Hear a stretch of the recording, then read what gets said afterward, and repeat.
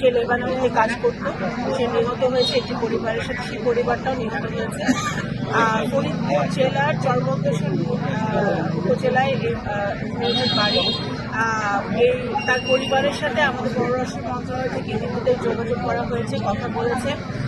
তার যে বোন থাকে সেই বোনের সাথে আমরা যোগাযোগ করেছি। আমাদের পুলিশ সুপার, জেলা প্রশাসক ইতিমধ্যে তাদের সাথে যোগাযোগ করেছে, ফ্যামিলির সাথে যোগাযোগ করেছে। আপনারা জানেন যে লেবাননে এখন একটা যুদ্ধ অবস্থা বিরাজ করছে। আমাদের ফ্লাইট এখন সুবিধাজনক নাই যে আমরা এই মুহূর্তে আনতে পারবো আমাদের এই আমরা সচেষ্ট আছি। খুব শীঘ্রই আমাদের পররাষ্ট্র মন্ত্রণালয় এবং আমাদের যে মিশন আছে লেবাননে, তারা কাজ করছে যে কীভাবে নিরাপদভাবে মেয়েটিকে আমরা শীঘ্রই দেশে ফিরিয়ে আনতে পারি। আমি শুধু আমার জেলার মেয়ে, আমি একটু বলতে পারি যে আমি ওর আত্মার মাঠেরাত কামনা করছি। আল্লাহ তাআলা তার পরিবারকে সেই শক্তি দেয় এবং আল্লাহ যেন তাকে বেঁচতে নসিব করেন। আমি আরও বলতে চাই যে পররাষ্ট্র মন্ত্রণালয় এবং বর্তমানে বাংলাদেশ সরকার সচেষ্ট আছে যে আমাদের বাংলাদেশিরা যারা এই সকল বাল্ক কান্ট্রিগুলোতে আছে তারা যেন নিরাপদে থাকে এবং যতটুকু সম্ভব আমরা চেষ্টা করছি তাদেরকে একটি নিরাপদ জায়গায় স্থানান্তর করতে।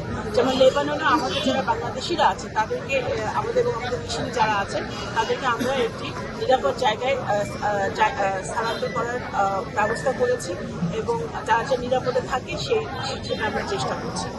আমরা যারা দেশে আসতে চাই বাংলাদেশিরা নিরাপত্তার অভাবে এই সকল দেশ থেকে, তারা যেন নিরাপদে তারা দেশে ফিরে আসতে পারে সেই ব্যবস্থাও আমরা করছি। আমরা ইতিমধ্যে কিছু বাংলাদেশিকে বিমানের একটি চার্টার ফ্লাইটে করে আমরা দেশে ফেরত এনেছি এবং এরকম যারা আরও আসতে চায় তাদেরকেও আমরা আসার ব্যবস্থা করছি।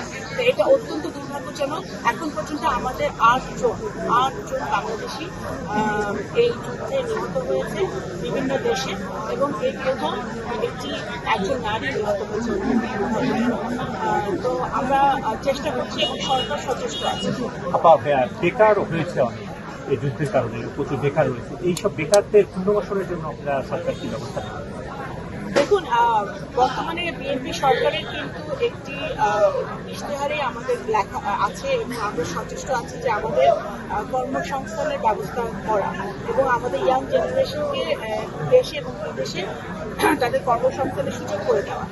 আমাদের যারা যেসব আমাদের রেমিটেন্স যোদ্ধারা যারা বিদেশে চাকরি হারিয়ে দেশে ফিরছে তারা যেন আবার কোনো একটি কর্মসংস্থানে তারা যুক্ত হতে পারে, কোনো একটি কর্মে তারা যুক্ত হতে পারে, সেটার জন্য বাংলাদেশ সরকার অবশ্যই দেখবে এবং আমরা সচেষ্ট আছি।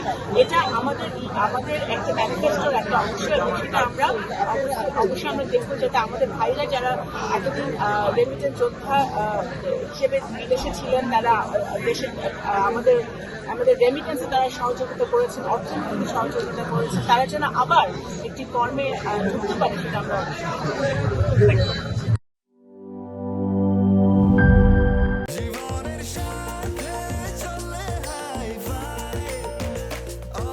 স্বাস্থ্যকর অল টাইম, সব সময় অল টাইম হেলদি লাইফ।